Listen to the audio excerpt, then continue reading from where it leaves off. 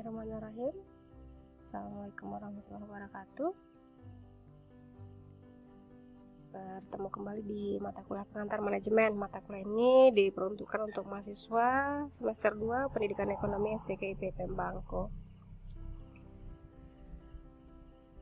Baik, poin pertama yang mau saya sampaikan adalah sebenarnya apa itu manajemen. Jadi menurut Griffin, salah satu pakar yang saya kutip di tahun 2006, beliau menuliskan dalam bukunya, dikatakan bahwa manajemen adalah sebuah proses yang terdiri atas perencanaan, pengorganisasian, pengkoordinasian, pengontrolan sumber daya untuk mencapai sasaran secara efektif dan efisien. Di sini diartikan bahwa satu kata manajemen itu bermakna rangkaian proses, yang mana proses tersebut dimulai atau diawali dengan perencanaan sampai pada akhirnya nanti pengontrolan. Gunanya apa? Supaya mencapai sasaran secara efektif dan efisien. Kemudian berikutnya saya juga mengutip dari seorang pakar, beliau bernama Mary Parker Fowler di tahun 2003. Beliau mengatakan bahwa manajemen merupakan sebagai seni dalam menyelesaikan pekerjaan melalui orang lain, yang artinya adalah bahwa beliau ini mau menekankan manajemen merupakan seni yang mana untuk mencapai sasaran kita bisa saja menggunakan tenaga orang lain. Ini yang dimaksudkan dengan manajemen menurut Mary Parker Fowler di tahun 2003. Berikutnya saya mengutip juga sebuah pendapat dari seorang yang bernama Stephen T. Robinson di tahun 2016. Beliau mengatakan bahwa a key to success in management and in your career is having good time management skills. Dikatakan di sini bahwa Robinson meyakini tidak hanya intelijensi, keberuntungan, namun di balik itu semua beliau meyakini bahwa karir sukses dalam pekerjaan itu didukung juga oleh yang namanya manajemen skill. Betapa beliau ini menganggap bahwa manajemen ini menjadi poin penting. Berikutnya kita akan beranjak kepada topik. Di sini saya sebutkan manajemen functions. Apa gunanya? Menurut Henry Fayol mengatakan bahwa fungsi utama dari manajemen itu adalah untuk merancang, mengorganisasi, memerintah, dan mengendalikan. Hal ini serupa dengan pernyataan sebelumnya, dikatakan bahwa salah satu definisi manajemen yaitu sebuah proses yang diawali dengan proses perencanaan sampai dengan proses pengendalian. Berikutnya saya mengutip dari Edward Deming, pakar cukup terbaru ya. Beliau lahir di tahun 1900-an. Kemudian beliau ini fokus kepada teori yang dikenal dengan istilah TQM atau Total Quality Management. Deming meyakini bahwa manajemen tidak hanya sebagai sebuah proses, namun beliau menekankan bahwa pentingnya terjadi sebuah kualitas dalam manajemen atau proses manajemen tersebut. Kenapa dianggap penting? Beliau memiliki beberapa alasan. Alasan yang pertama yaitu beliau meyakini dengan kualitas manajemen maka biaya produksi akan berkurang. Hal ini dimaksudkan adalah bahwa ketika produksi dilaksanakan dengan sangat efektif, sangat efisien, berkualitas, terjaga, maka biaya produksi diyakini akan berkurang. Berikutnya, dengan total quality management, Deming juga meyakini bahwa produktivitas akan meningkat. Jadi sebuah perusahaan, manakala dia memproduksi produksinya, maka dengan kualitas yang mereka miliki, kualitas sumber daya yang mereka miliki, dengan kualitas manajemen yang perusahaan tersebut miliki, maka juga sangat diyakinkan terjadinya peningkatan produktivitas. Yang ketiga, pangsa pasar meningkat karena peningkatan kualitas dan penurunan harga. Hal ini dapat diartikan bahwa manakala produsen dalam rangka memproduksi produknya dengan kualitas yang baik, kemudian dengan biaya operasional yang sangat sedikit, maka diyakini pasarnya akan meningkat. Ibarat kata, barang bagus dengan harga terjangkau. Dan tentu ini dibutuhkan banyak masyarakat seperti itu, baik dari kalangan menengah atas ke bawah dan seterusnya. Yang kelima, Deming juga meyakini bahwa profitabilitas perusahaan meningkat sehingga dapat bertahan dalam bisnis. Dengan adanya quality management, maka diyakinkan akan terjadi peningkatan profit.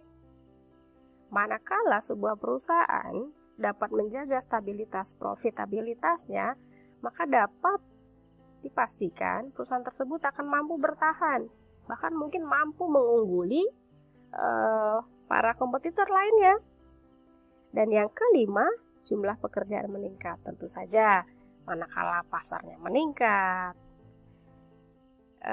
profitnya meningkat, maka juga dipastikan jumlah pekerjaan juga akan meningkat, sehingga memberi peluang perusahaan tersebut untuk bisa ekspansi, menambah karyawan, membuka cabang, dan seterusnya.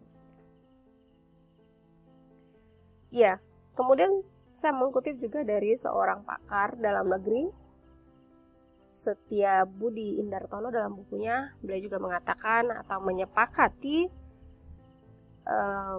pendapat-pendapat ahli sebelumnya, di mana manajemen itu menurut beliau fungsi utamanya adalah perencanaan, pengorganisasian, penyusunan personalia, pengarahan, dan pengawasan. Nah, berikutnya kita lihat lebih detail apa saja yang ada, atau tahapan apa saja, hal-hal apa saja yang kita bisa lakukan manakala kita berada pada tahapan proses perencanaan. Nah, berikut dikatakan bahwa proses perencanaan itu meliputi atau terdiri dari munculnya gagasan tentang terkait dengan antisipasi, kemudian membaca peluang dan kendala di masa depan, kemudian menetapkan target sasaran terdekat, menengah, jangka panjang, dan seterusnya. Jadi hal-hal inilah yang harusnya dipertimbangkan, diperhatikan, dikaji, dan dianalisis atau disusun pada tahapan proses perencanaan. Yang paling utama adalah tentu menentukan tujuan. Jadi setelah ditentukannya sebuah tujuan, baik dari sebuah perusahaan, organisasi, dan seterusnya, maka kemudian perencanaan akan bisa dilanjutkan. Baik, lalu apa pula proses pengorganisasian? Di sini dikatakan bahwa dalam tahapan proses pengorganisasian adalah proses manakala sebuah perusahaan itu menempatkan orang dan sarana-sarananya, orang dan sumber daya yang ada di dalamnya, tentang suatu tata hubungan, baik hubungan secara horizontal, vertikal, dan seterusnya, sehingga memang mampu menciptakan situasi suasana kerja yang kondusif, sehingga memang tidak terjadi tumpang tindih atau overlapping, sehingga memang tupoksi, tugas pokok dan fungsi, job desk itu memang harus sangat jelas. Secara sederhana sih kita bisa bilang ini tahapan siapa melakukan apa. Baik, berikutnya untuk proses pelaksanaan. Apa yang ada pada tahapan ini? Tahapan ini adalah sebuah tahapan atau proses di mana momennya seorang leader itu memberikan arahan kepada membernya, followernya, kepada bawahannya, terkait bagaimana supaya perencanaan yang tadi sudah ditetapkan itu tetap fix on the track, tetap bisa berjalan sesuai dengan yang direncanakan. Maka pemberian arahan ini diharapkan selalu ada, pendampingan selalu ada, make sure bahwa perencanaan itu bisa berjalan.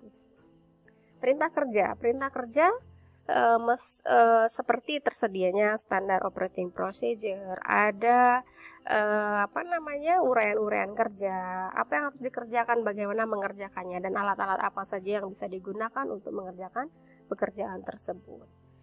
Tidak lupa memberikan dorongan dan motivasi. Nah, salah satu tugas dan fungsi seorang leader adalah dalam rangka membangun terus motivasi kerja karyawannya. Dan tidak lupa,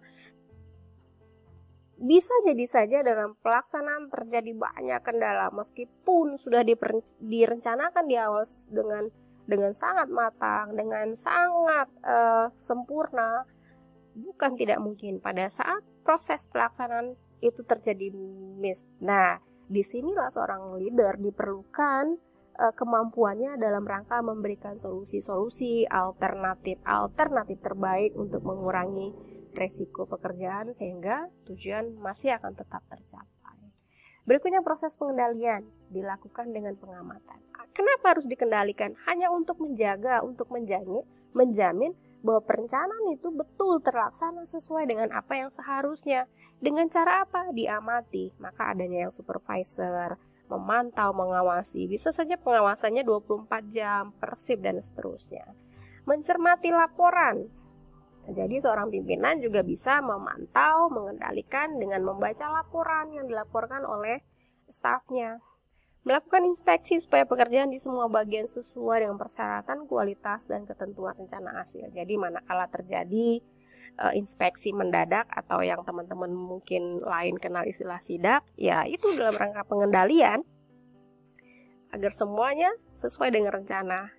Baik tujuannya, baik cara melaksanakannya, dari anggaran, dan seterusnya. Baik, itu saja pemaparan untuk kali ini. Terima kasih sudah menonton. Jangan lupa like, subscribe, komen, dan berikan lonceng atau bel di channel YouTube saya yang diberi nama Bu Len. Terima kasih. Assalamualaikum warahmatullahi wabarakatuh.